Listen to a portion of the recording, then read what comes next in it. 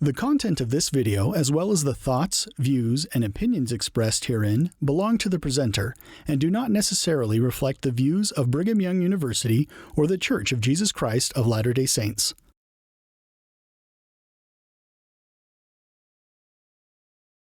But let's turn to ether now.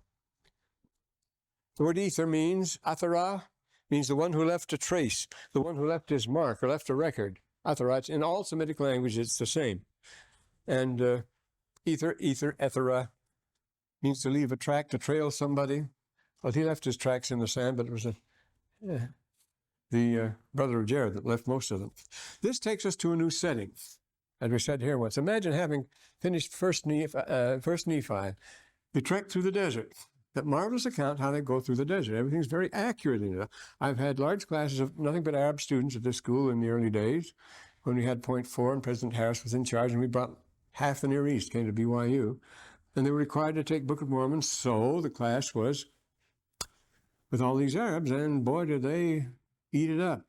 Nephi was their boy. I mean, they knew everything. It was all familiar. It was all correct.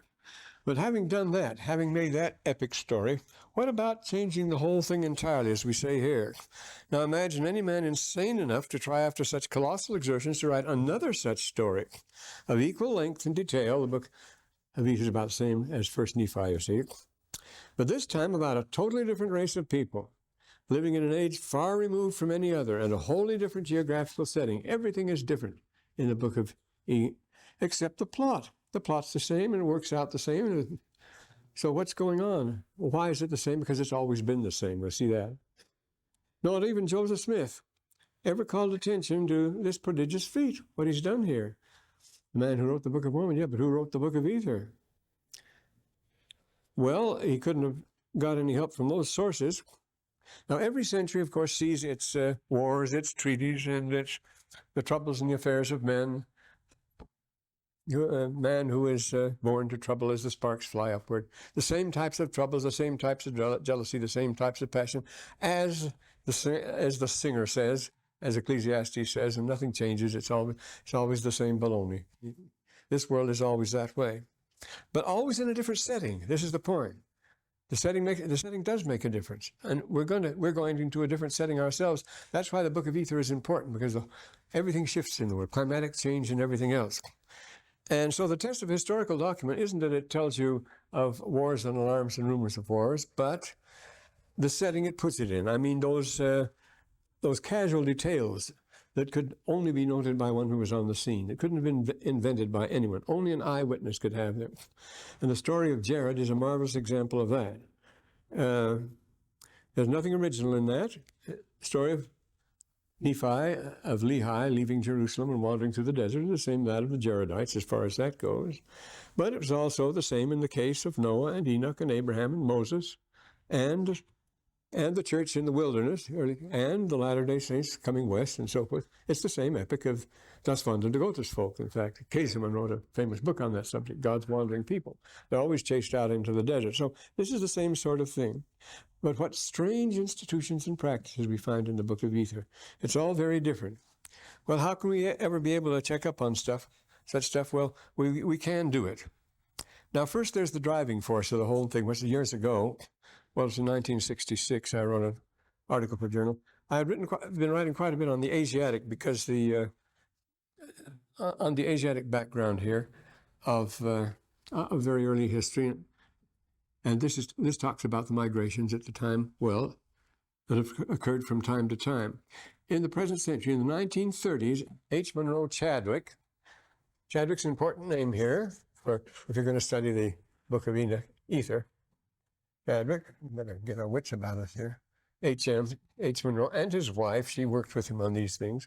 They pointed out what should have been obvious to everybody all along. There's a type of literature. Well, all the great civilizations begin with an epic literature, a type of literature known as epic. It's quite different from all the other, and he pointed out that it couldn't possibly be fake. There are fake epics, like the Aeneid is a good example. The Lusiad is a good example. Ossian is a good example of people trying to fake epics, but you can't fake it. It sticks out all over the place, this heroic poetry. But Chadwick pointed out what should have been obvious to everyone, namely that epic literature, a large and important segment of human history.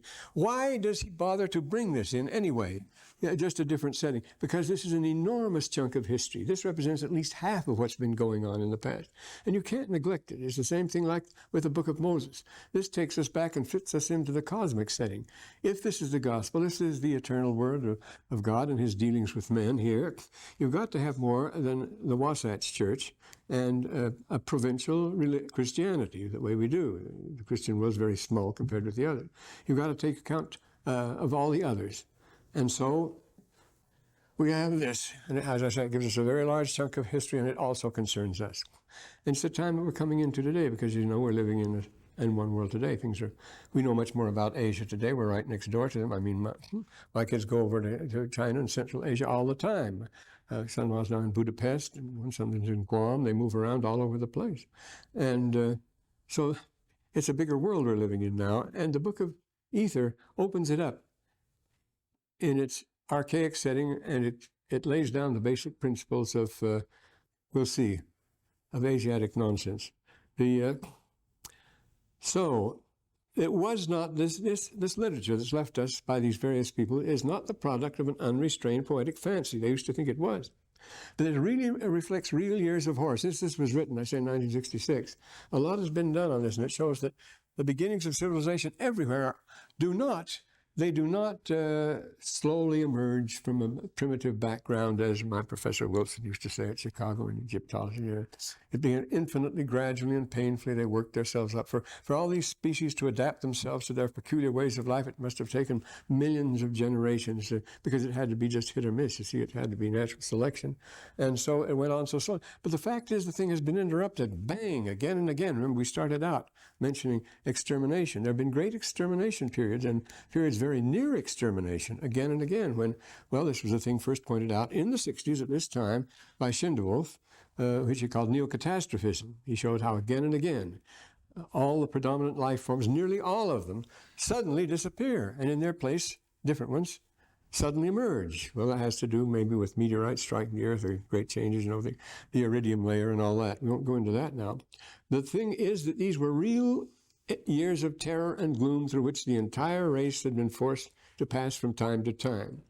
We now have good reason to believe, after many years of controversy and discussion, scientific and otherwise, that the violence of the elements forms the somber background of the epic milieu. And the book of Ether is an epic. It's an epic milieu. That's the surrounding, the setting that produces this type of literature.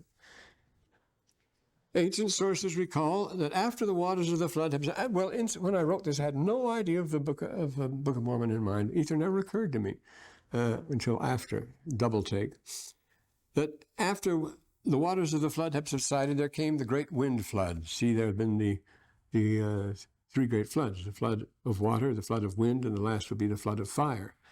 And this was the great wind flood, which converted large areas of the world into sandy deserts.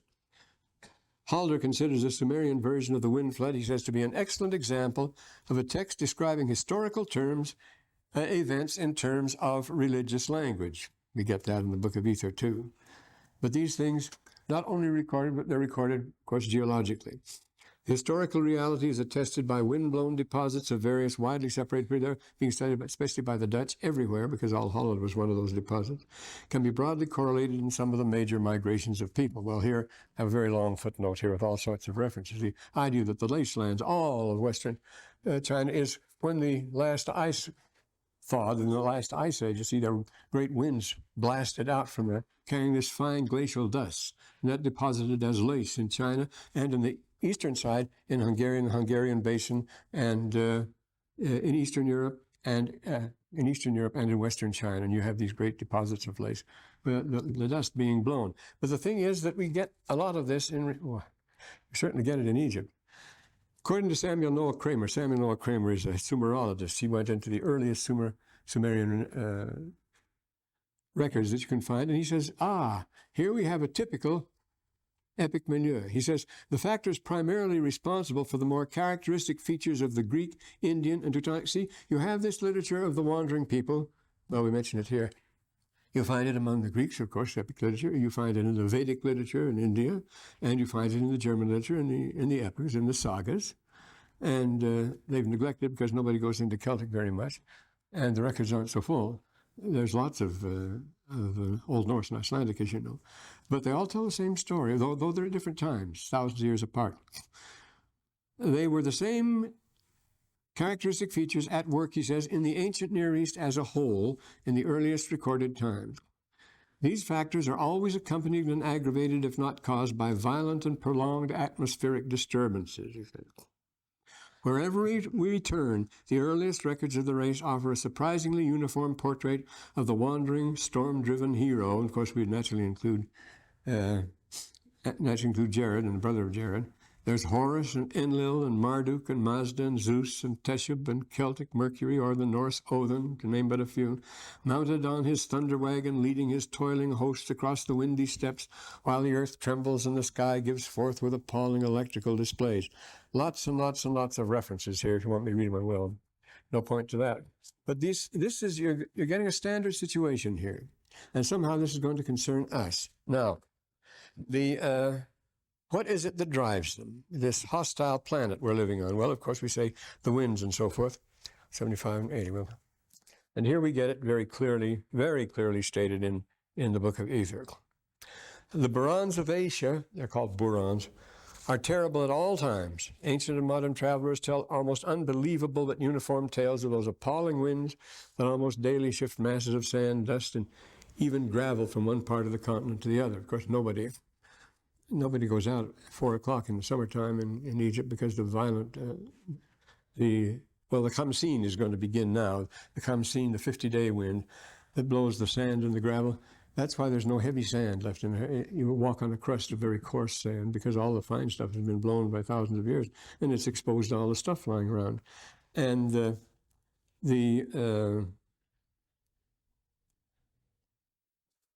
Egyptian record has a lot to say about it, of course. The almost daily shift masses, even gravel from one part of the continent to another. The great lace deposits we mentioned on the eastern and western fringes of the vast area bear witness to even more dreadful dust storms, remember just after the flood, that accompanied the drying up of the land after the glacial epoch. But when the world's weather gets out of hand, as it has a number of times in the course of history, that the blowing sands of Asia bring mighty empires to ruin, bury great cities almost overnight, and scatter the tribes in all directions to overrun and submerge the more favored civilizations of the East and West. It's a very interesting thing. All the diggings and all the works that have been piled up in preceding years by the BYU, you couldn't find them anymore. They're completely covered under the sand, just like that. These things just pass away. The weather of Asia is the central driving mechanism of world history. Huntington's famous study on that, remember, Climate and Civilization, and that came out in the 30s, quite sensational, by Professor Huntington, showing that the driving clock of history is the climate. There are certain things you can't do when the weather misbehaves. It is only in recent years that men have begun to correlate the great migrations of history with their attendant wars and revolutions, those major weather crises such as the great wind and drought of 2300, 2200 BC, the terrible droughts of 1700 BC, the world floods of 1300 BC, the great drought of 1000 BC, or the Fimble winter of 850 BC, or the terrible winter of 1600, time of Elizabeth, when the Thames seems to have frozen right to the bottom and so forth, reading Virginia Woolf's book on it. And so hypnotized have student society become by the ease and directness of Victorian evolution as a slow, gradual thing. But you have to realize, if this is violently interrupted from time to time, how can you have that long, steady, undisturbed growth taking only in the jungles where conditions, we're told, haven't changed for millions of years, but have they? I mean, a particular frog that can only live in the water deposit on a large leaf, you see. Couldn't there have been a dry year? How many dry years would it take to make him extinct? Something's going on here anyway. Well, the R.L. Stein in his book Lula, and we have it here, two massive works by Sir R.L. Stein, who in Innermost Asia, he was the first to enter Lulan and the Lopnor Basin. He's described the deserted houses and streets of that city standing exactly as they did 14 centuries ago, when their inhabitants were driven forth by droughts so sudden and severe, neither the wood of the fruit trees nor the most delicate fabrics have rotted since. And I say that also applies with Egypt. You dig enough, everything is just the way it was. The mighty city of Etsina was suddenly deserted 600 years ago and not found until 1909. It says, all life died. The trees of the forest threw themselves to the ground. The storms arose which soon buried the country in sand. To this day, the trees remain undecayed like sun-dried mummies, dead, naked, and gray over a vast area, once shady forest. They lay in thousands. We passed other ruins of deserted strongholds with strange sensation. We dug up objects that no human being have touched for more than 600. Well, there are times when Nordenskjöld and others, when you can walk across the surface and you find where a camel has passed 1,400 years before. And there was one case in Lopnor where a bag of gold had broken and the coins were deposited all along. The driver was not aware of it, and they were covered up by the wind. They've been uncovered now, and there they are in a nice bright line for a mile or two, where all these bright gold coins, all you have to do is pick them up. Once we came upon an abandoned Sark village where newly thrown up dams and uncompleted excavations bore witness to the departed population's desperate struggle to retain the vanishing water. But a day had come when there was no more water to be had. It's suggested quite seriously now that we turn the large parts of the Middle West back to grasslands. That animals stood by the watering places and sought in vain for moisture. The women wept in the houses, the men gathered the mosques to pray to Allah for miracles which alone would save their home. But no miracle happened. The village got no water. The last extremity of famine, the people had thrown their most indispensable possessions on the remaining horses and donkeys and hastily left their homes and lands of their fathers to follow their aksal, that's their village elder, the brother of Jared, you see, out into the parched country around in desperate search for water. Well, they still do that. In Africa, you see, not large numbers of the population have simply piled up, left their villages forever in Ethiopia, and gone on to those assembly centers. It's made worse by war, you see, where they might get something to eat, that's all, just to stay alive at all. And hundreds of thousands of Ethiopians have had to do that in our own time. And so he gives various examples. Now, there's the Etruscans did the same thing, the great epic of the Beni Hillel. I have a copy of it here. Remember, Abraham, the famine waxed sore in the land throughout all Abraham's land. There was corn in Egypt, and that was the only place where there was corn, so everybody went to Egypt. But just as suddenly, calamity overtook an Asian village in 1927, we're told. When the storm itself laid itself to rest, the flying sand solidified again, and the terrified nomads found the whole face of nature changed into new shapes. And of course, Babylon, the city of the tower, has left behind the richest deposits of legend and tradition. And I give various examples here where, in the Sibylline books, in the Chronicle, in Eusebius' Chronicle, when all men were of one tongue, some of them built a high tower so as to mount to heaven, but God destroyed the tower by mighty winds. But when the threats of the great God were fulfilled, of which he had warned mortal men at that time, they built a tower in the Assyrian land. They all at once spoke the same language and wanted to mount up to the starry heavens, but forthwith the immortal one laid great stress on the blasts, so that the wind overthrew the mighty tower and drove mortals to strive with one another. And when the tower had fallen, the languages of men were divided into many dialects, for the same reason. You form dialects when people come together and when people separate. Both those effects are what change language, of course. You get new language when people come together. You get new language when people separate. Both happened at the tower. And the book of Jubilees. The Lord set a mighty wind against the tower and overthrew it upon the earth. And behold, it was between Asher and Babel in the land of Shinar, and they called its name Overthrow. My favorite source, the zealous learned Persian Thalaby, records that when the people were scattered from the tower by an awful drought, accompanied by winds of such velocity as actually blew down the tower. And 40 years after the tower had finished, as Barbareus, who was the great collector of Central Asiatic lore from the Middle Ages, he says, God sent a wind and the tower was overturned and Nimrod died in it. And so we go on. And there's no reason for doubting that a great city called Babel once long ago suffered the same fate as the people of Ad and Thamud and Lulan and Etzingol and the Nasamonians and others. And so we have, in the history of the Jaredites, a very freakish state of things. The Lord commanded Nephi to build a ship, but it was an ordinary ship. Lehi's people had to try cross water at least twice as much, probably 3 or 4 times as much as the Jaredites. They took the short North Pacific route. But the Jaredite ships were altogether unusual vessels. The Lord gave the builder special instructions for every detail. They had to be submersible, yet ride very lightly on the surface of the wave. They were small, and they were light upon the water, we're told, yet built to stand terrific pressure, exceedingly tight, tight like unto a dish, with special sealed vent holes that could not be opened when the water pressure on the outside was greater than the air pressure within. The Lord explained that it would be necessary to build such peculiar vessels because he was about to loose winds of incredible violence that would make the crossing a frightful ordeal at best. Any windows, he warned, would be dashed to pieces. Fire will be out of the question. You shall be as a whale in the midst of the sea, for the mountain waves shall dash upon you. You cannot cross the great deep, save I prepare for you against the waves of the sea, the winds which have gone forth, the floods which shall come. Therefore, what will ye that I should prepare for you, that you may have light when you're swallowed up in the depths of the sea? See, the book of Ether enters right into the scene. This is exactly the situation we find. This violence, so forth, and the Lord talking. You say, well, how could they endure? 300 says, the wind in the Ether 6 and 8, the wind did never cease to blow toward the promised land while they were upon the waters for 344 days, these violent winds. Quote, the Lord God caused that there should be furious wind blow upon the face of the waters, and they were many times, this is 5 and 6, were many times buried in the depths of the sea because of the mountain waves which broke upon them, and also the great and terrible tempests which were caused by the fierceness of the wind. Well, you see the violence of the elements at the end of the last ice age. That's one of the remarkable discoveries about the ice ages, you know. Not only there were a number, but how quickly they ended. Almost overnight they were over, but with great violence. And this is what you have here. And so we have windstorms in 2,200 and 1,000, I say, the great simple winter and so forth. We have Kazwimi's account of the Great Dome of Baghdad. Now, this is an interesting thing, the Great Dome of Baghdad. This was in the Middle Ages, which was, he says, the symbol, the alam of Baghdad, and the crown of the country, the principal achievement of the sons of Abbas, the Abbasids, and yet it collapsed during a great windstorm.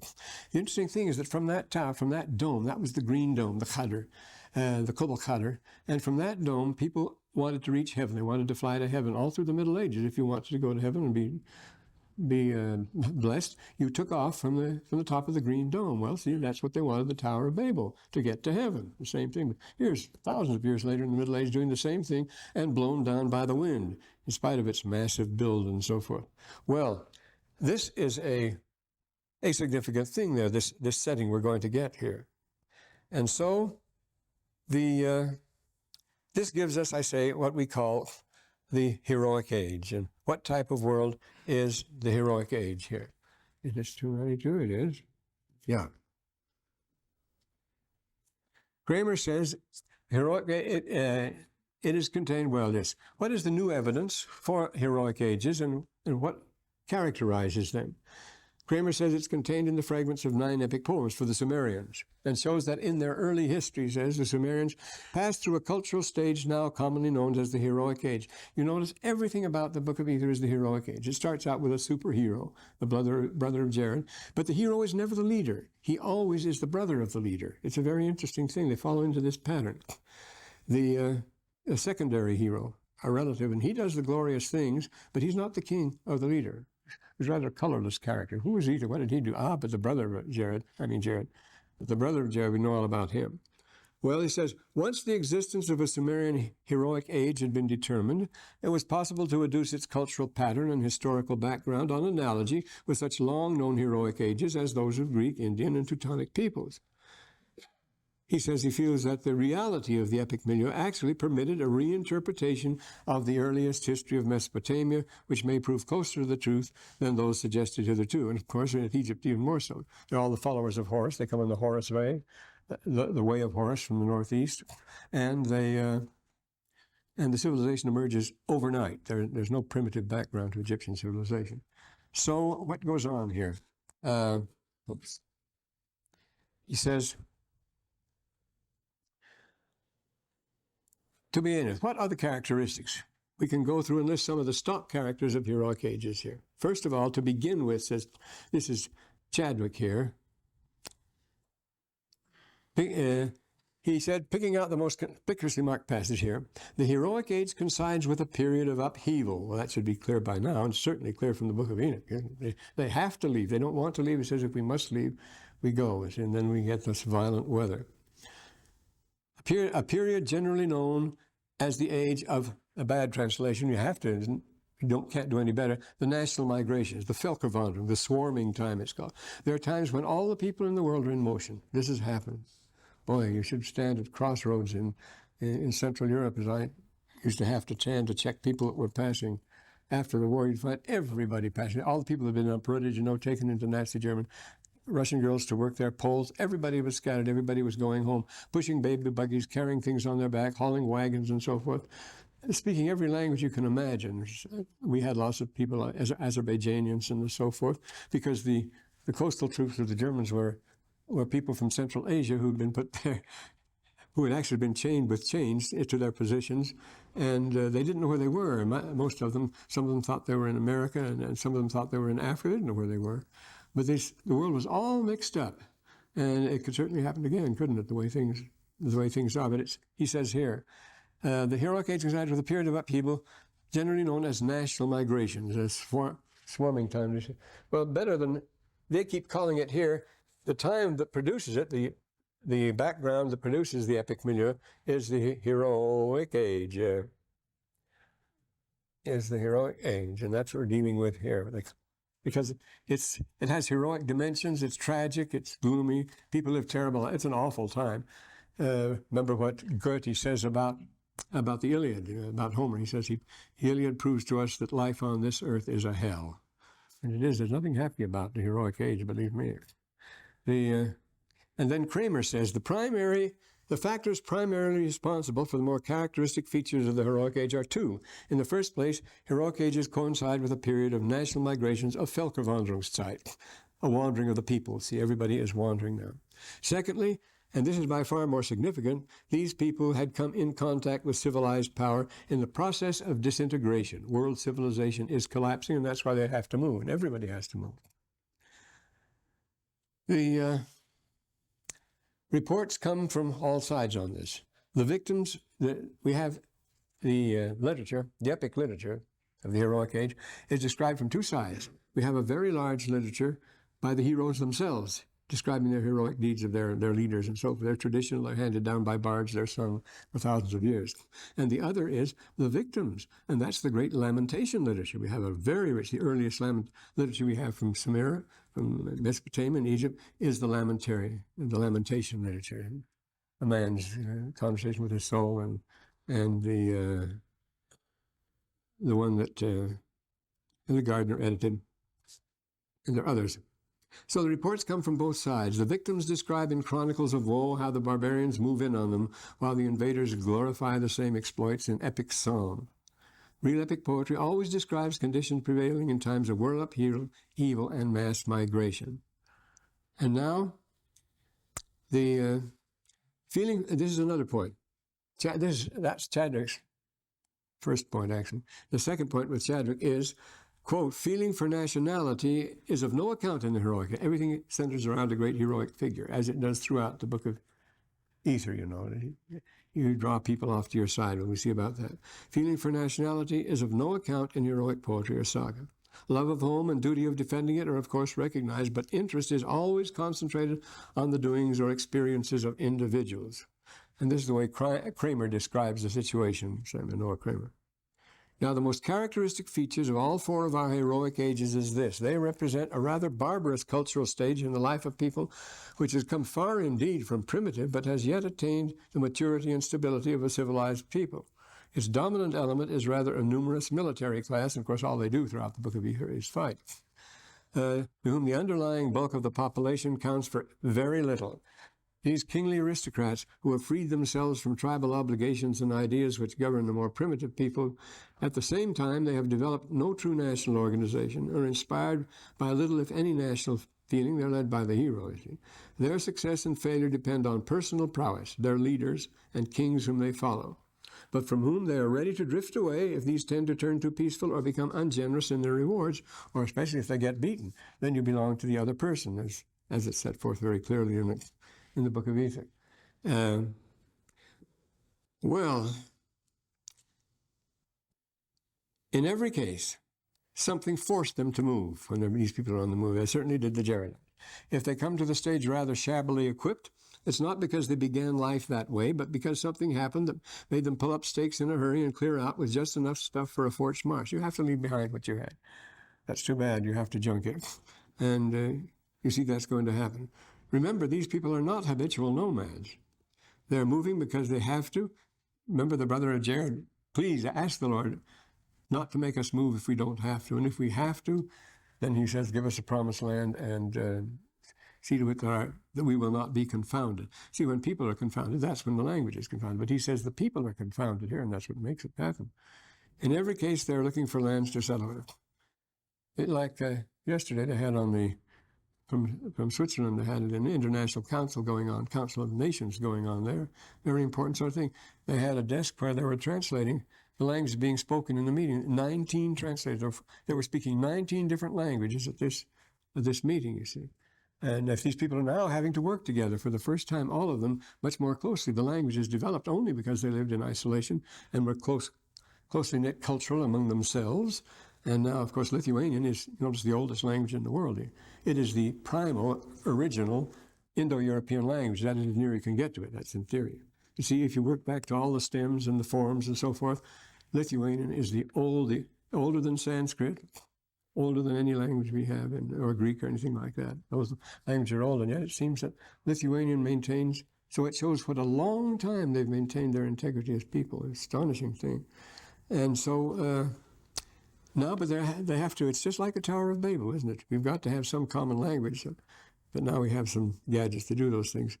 It could be like some of these space thrillers on the TV where everybody knows English. No matter where you go in the universe, they all speak the same language.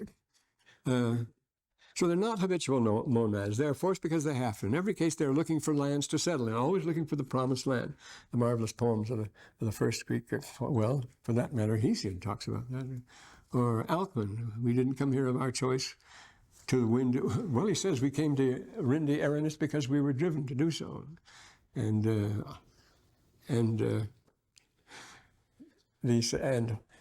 Hesiod, who is contemporary of Homer, he writes about it. He says, we came to this land, he says, because we were driven, because we had to. We didn't take it because seeking riches at all. We didn't because we lost everything we had, and we had to come. And so we came to Iskra, he says, where we live now. He says, a bad place in winter, a vile place in summer, a good time never. They had to settle. They had no choice, he says. And their life has been very hard since. That's why he writes a poem called Works and Days to his brother. He says his brother had gone up and made a lot of money in the market. He says there's no character and there's no stability in that. He says the only thing is to work. And he follows the catalog of the work of the farmer. It's the almanac, it's the farmer's almanac that he writes, telling his brother how he should. Well, that's a typical example. They were forced to move when they settled where they could and so forth. And Alpin tells the same story, how they came down to Sparta the same way, from windy Aranis. It mentions the wind. And so, now it's granted that these people, wherever they go, find civilization in the process of disintegration. That's quoting him. Wherever they go, they find civilization, but everything is disintegrated wherever they go. So it's easy to overrun, or is it? It's a time of world calamity. What reason have we, therefore, to doubt that it was the disintegration of their own less stable civilization that forced them to move in the first place? If they move in on a world in collapse, you can be perfectly sure they left one behind as well. Otherwise, they would never have migrated. And the evidence? Well, the mere fact that our heroes do not enjoy what they are doing. They want to get the business over and settle down as soon as possible. We had some examples here. The heroic mood, quoting E.V. Gordon, who writes the classic work on the Norse sagas, as our Norse ancestors. See, the word Norway means northerweg, or by the north way. They came to the Baltic by the north way. But the east is the Osterwege, and there's the west way, the north way. But there people came and settled were the people that came via the Northerwege, and they came from Central Asia back there, and so their home is still Norway. But E.V. Gordon says, a good resistance against overpowering odds was made the characteristic situation of heroic literature. The gods themselves knew that they would in the end be overwhelmed by evil powers. Now, this is a gloomy note, you see. But they were prepared to resist to the last. Every religious-minded man of the heathen age believed that he existed for the sake of that hopeless cause.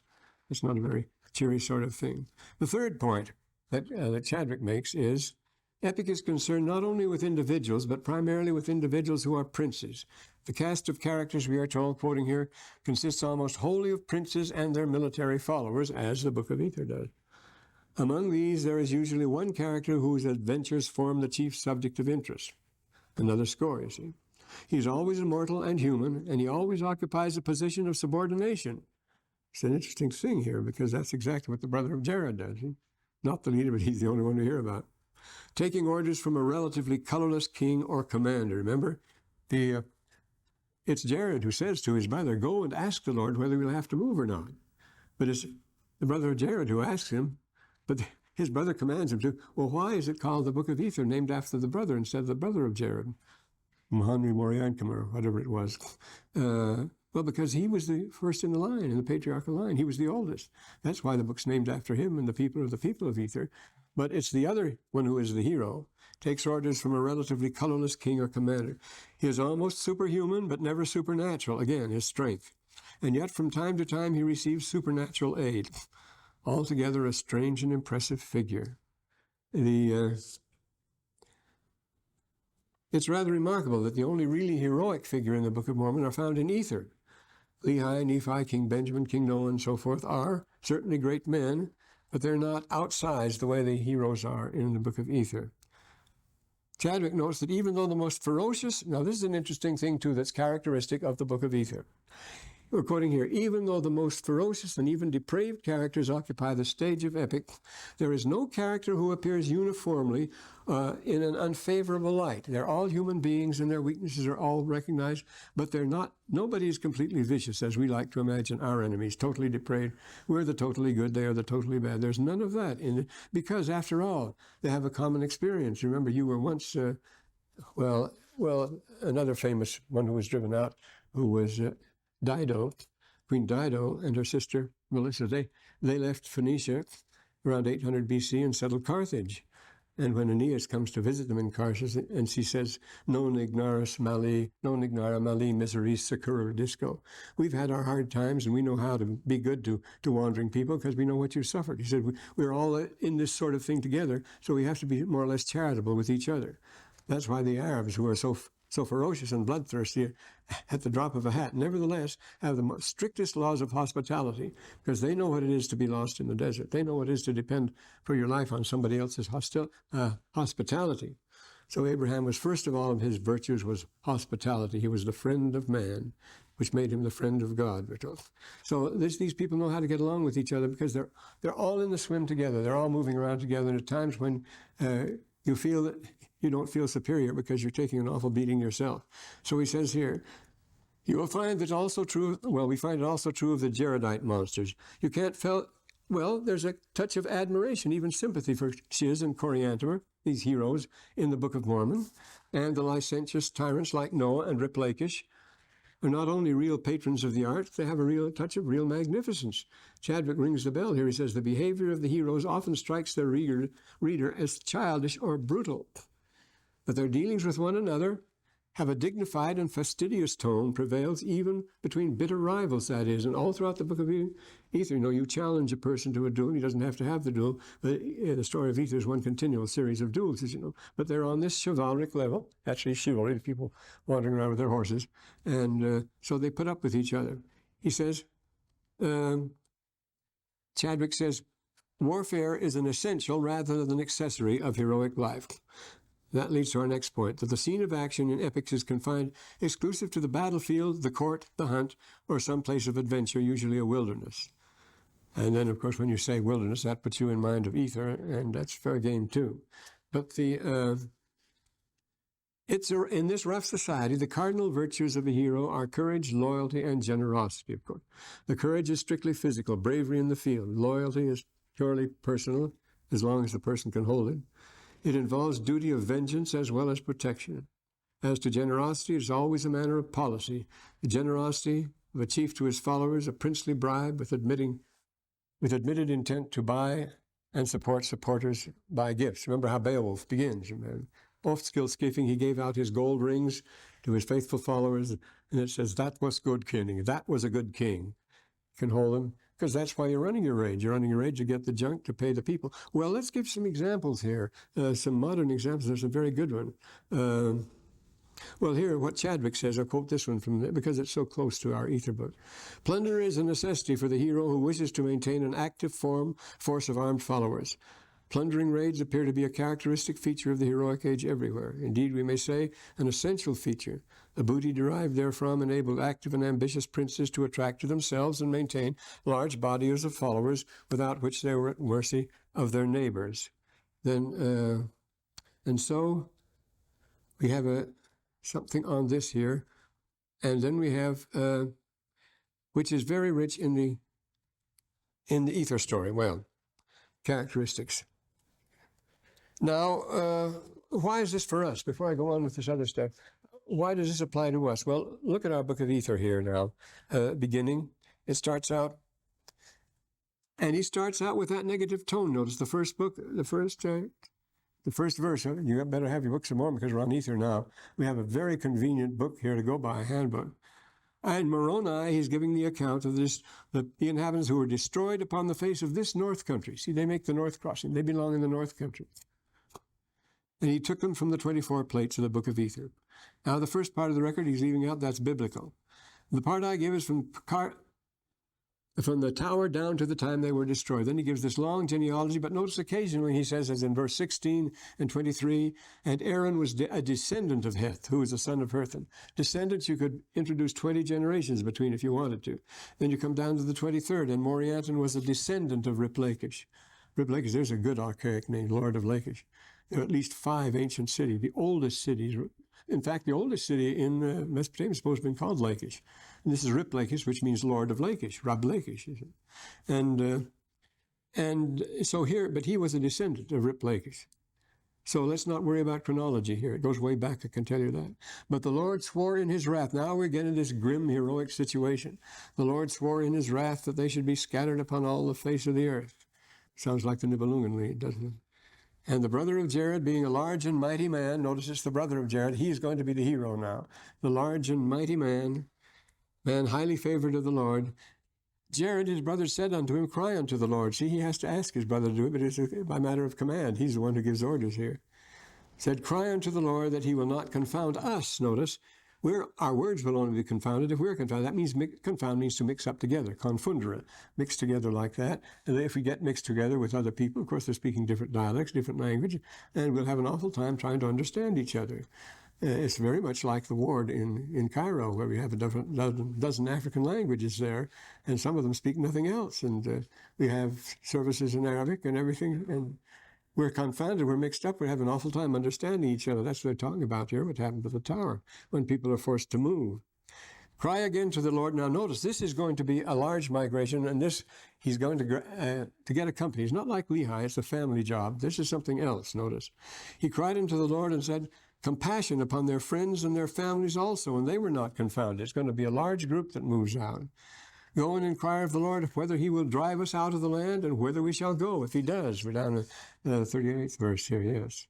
And so it goes on. And who knoweth but the Lord will carry us to a choice land above all other lands. Of course, that's the way Achman begins. We have been driven to, when they looked for a promised land, they didn't very often find it. That's when they wanted. Aeneas says that. Remember, he visits the queen in Carthage, and he says, tender per various casus per tot discriminarerum, tender in latium, don't let satis quietes, so forth. Per various, through various violent experience, through rough clashes and wars, struggles against nation, per various casus, per tot discriminarerum, so many showdowns and fights. We are looking for a place where we can find quietus, sedes quietus, a quiet place to settle, and which is, of course, to become glorious Rome, whose terminat astres, imperioceano famamque terminat astres, whose empire will terminate only with the bounds of the ocean, and whose glory shall reach beyond the stars. See? But this promised land theme, they all have this promised land throughout the ancient, because if you were wandering and you were cast out, you want to go to a better land, you want a good one. You say, for heaven's sake, when can we settle? When will we be in Zion? When will we reach there? And so this happens again. They're doing it all the time. will it be for a land choice above all the others? And the Lord heard his brother, and this is what he says, go together, flocks. Notice they move on a vast front. Now we have from the 13th century BC, marvelous accounts of the coming of the people of the sea along the north coast of Africa and along the coast of Europe. They came from the west, and because the climate drove them, and we have pictures of them. Their ships follow along by sea, and they follow along by land. And they clear up into Palestine. They were beaten by Meribtah in a battle at the Delta, so they couldn't settle in Egypt. But they come by the thousands with these huge ox carts loaded along with their families and all the goods they own, and they lumber along the coast while the ships that come to them. That's the way the Vikings used to do too. Thousands of years later, our own ancestors did the same thing, and they got down and they settled clear down in Luna. They settled in Italy, and they got to Palestine. It's funny that these things go on. You say, this is where I came in. This is the same old story again. Well, this is a part of history, you see, we can't afford to ignore. And so he goes on in this first chapter, gather together flocks of every kind, male and female, seed of thy families, and thy friends and their families. Get everybody together you can, all families. See, this is going to be a big crowd. And their families, and Jared and their families, and go down into the valley northward. They go northward, and then it says, where there never had man been. I see, I'm leaving out all sorts of things down here. Then will I go, and I will meet thee, and I will raise up thee a great nation, and there shall be none greater. This is what they want. So they went down into the valley northward, which was the valley of Nimrod. It's very interesting, the north end of Mesopotamia. All the places bear the name Nimrod. There's Bir Nimrod, and Nimrod names dozens of them up northern Mesopotamia, where you go through, and then you go east, and what do? You crossed many waters. They did lay snares for the fowls of the air, and they had vessels in which they took fish. Well, we give examples of these things. And they took Deseret, which is the honeybee. We mentioned the fact that Deseret is the mystic secret name given to the honeybee by the Egyptians, too. Because the Egyptians were moving in the same direction. They moved with the honeybee. He was their leader. When they moved in the other direction, they moved toward the southwest, and these people moved toward the northeast in opposite directions. Remember, it was the daughter of a descendant of Noah, Egyptus, who led her people into Egypt and settled there in the opposite direction this time. And Deseret was their beacon, their sign. And you can see the family about ready to depart, packed all the baggage and everything, all these people, somebody running around among the wagons saying, what happened to little Deseret? Where's Deseret? Deseret always gets lost, when they're going to go. But knows it means hives of bees. And they do take hives of bees with them. It's a very interesting thing. Remember, there were no bees in the New World. There were no bees in Mesopotamia until quite late. Bees are first found in Palestine and Egypt. They're not spread around universally as you might think. In the Chilimbalim, you find them in the New World, but when they were brought here. It's very interesting, the distribution of bees. There's been a good deal written about that. But anyway, the Lord talked with the brother Jared, and they went forth into the wilderness, into that quarter where there never had man been. Well, you get the idea that there's quite a world population at this time, but they went into virgin territory where there'd never been any, and as they traveled in the wilderness, they built barges, shallow barges. Now, a very recent National Geographic, which I would have brought along, shows the shrinking of the Great Aral Sea in Central Asia.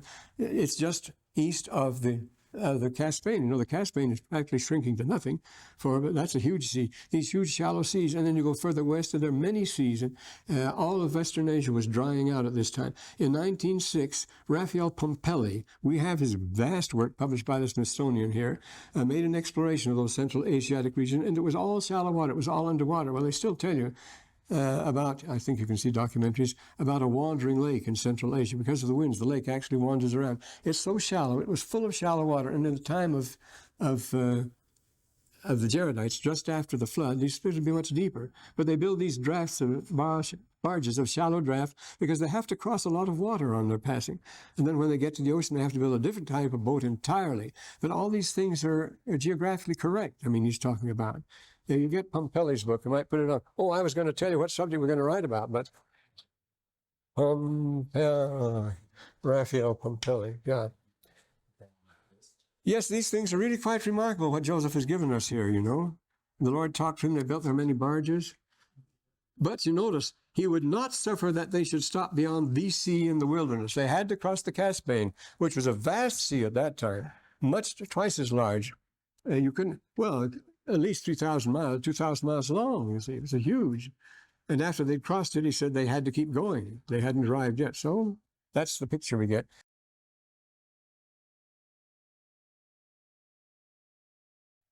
Well, that's when the final is going to be. It's going to be in here. You can write it here for 3 hours after you've properly prepared. I'm going to tell you the subject. I got to formulate a question so it'll come pin you down. And at the end of the hour, it'll be clear. It may be clearer what the question will be. All the stuff we have would help you in this particular problem or paper. This is definitely on the subject. This is definitely on the subject. And all that we've read so far from 3rd Nephi, 4th Nephi, Mormon, now it's Ether, then it would be Moroni, those 5 books. There's a central theme runs all through them. Yesterday I had a long conversation with Brother Oakes.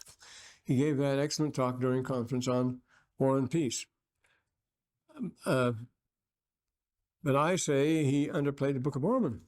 That is the greatest thesis on War and Peace, the greatest epic on the subject we have. That's the whole theme. So that's what the subject is going to be for the paper we're going to write now, for the final. Now, what would be a good way to formulate it? Let's think at the end of the class how we could make a specific. Oh, let's send this around again to convict you. Here we have more of these if you want them. I say they'll save you a lot of note taking for 2 bits to throw. This one we already had. What? Yeah. What they Yes, this one's saying it was the earliest thing before the baby. Lithuanian. What? The Lithuanian, the people who want independence today. They certainly have a cultural reason for wanting independence. Thanks. Well, there's a lot of them. Be sure to take them. Oh, we got this. Thank you. All How right. you doing? I ended up not having one book. Oh, you don't have a 6 more? Time. Okay. Oh, boy. Boy, are we getting real? Melchizedek was not Shem, right? Or was he Shem? Could be another name for him. See, but there were 2 Shems. There's no doubt about that. It was a family name as far as that goes. But they're constantly getting mixed up, and it's not an issue that I'd break my head about or anything like that. I've got to have a... So he may not have been the Shem son of Noah. No, that would certainly throw chronology out, wouldn't it? Here's some... Yeah. Let's go. Here. Thanks. I have no shortage of pointers here. Were you going to tell us anything about the topic of the final? Yeah, I was, but I don't have time. I'll do it the first thing next time. Okay. But it's on the 23rd, so you'll have at least 2 weeks to write it. Can I bring a quarter on Monday? Oh, you can bring a pointer on Monday, yes. Was the reference for our final exam time? Oh, it's on the 23rd at 3 o'clock. Is that when the paper's In here. Yes. Yeah, that's when. Well, at 6 o'clock. It's not due till 6 o'clock because you have all that time to write it. See? Did the Jaredites Disburden myself with things. the Atlantic or the Pacific? Well, they crossed the Pacific. They crossed the North Pacific. It tells us they're going east across Asia. They come to the Pacific and cross the North Pacific for these tremendous. Have a good race. What? Good race. Oh yes, I'm collecting. Awesome. Yeah. You're gonna have more quarters than you know what to do with today, aren't you? Well, I take them over to the office and unload instantly. Yes, I can't be trusted this way. I have to have a Brinks wagon to take me over there. Well, they said they were all really cool. Oh yes, you signed it there. So let's go. Sort of get one. Oh, yes, You good. have a pen or not? I do have a pen, one that works pretty well. Yes. Thank you. Now let me sit here. All right. Incidentally, I was reading in the book of Enoch, and Stephen Ricks does his introduction, and he says that Enoch was taken to the Lord when he was 365 years old. Well, that's the scripture tells us that. Well, it was 430. It was like 365 after being 65. Oh, after being sick, 430. Yeah. Well, that's a good number too. A good round number. Yeah. Your brother, what's his name? Hardy, John Hardy. Oh, of course, brother Hardy. Okay. Hardyman. Yes. So Melchizedek, you have a. Yeah. He is a man, and whether or not he was Shem or not another Shem, you haven't really. Well, both of those names, especially in Melchizedek, you see, are epithets as well as names. Every name, nomen is stolen. Every name is an epithet and can apply to great numbers of people, and it can fit the person too, as far as that goes. We say he is an Adam. He is an Adam. Or you say this person is a a Caesar, as far as that goes. Well, that was a man's name, you see, but anyone fulfilling the capacity of a Caesar is a Caesar, as far as that goes. And so we have in the scriptures the same sort of thing. David on Mount Zion will say, every man is an Adam. But we have better examples of that. What are some of them? Well, anyway, I've got They probably meant great high priest, probably as a meaning. Oh, Melchizedek, king of righteousness, what it means. King of righteousness. Righteous king, yes. Righteous king was what it means. Okay. As Cicero says, not Cicero, but Horace, the Roman formula was rex aristi recta facit, qui non facit non erix. The king will be, any righteous man can be a king, but who is not righteous can never be a king, you see. Rex eris, you will be king, si recta facit, if you do what's right. Qui non facit non eris, who doesn't do right will not be king. So that's what Melchizedek means, the righteous king. righteous king. Mm-hmm. Okay. That's fascinating. Huh? It's fascinating. Yeah, that's right. If you guys are Christian, and it suggests a lot of things. That's right. Dirty eggs. Patient. Did you want us to prepare everything for the final and then bring our material in? No. You just write the essay out of your head. Using whatever notes like this you can use. You can write them home, take 20 hours if you want to. Oh, I Just hand them in on that day, that's all. I understand. You can write it here. You don't have to take too long. About as much as would you take? Yeah, we'll name the topic next time specifically. Yeah. In next time. Do you know exactly, specifically, how the barges were designed in your book? It tells us pretty well how they were designed, and many people have guessed about it and so forth, including naval engineers and the like. But I think it gives a pretty good description of the way it's done. So is there's inside the barge that contains? Well, it's I've seen these things working. It's a wooden air compressor they have in there. And it says they open the orifice. It's not talking about when it says they open the orifice, then it says they open the valve. It says That's not. they're not the window. They don't open the window because I say every time they had to close the window because the sea dashed over it. Then it says they would open the valve. Well, that would just let the water in again. But it wasn't. It was the valve of the compressed air chamber. Oh, They had. Yeah. You're going. Psst.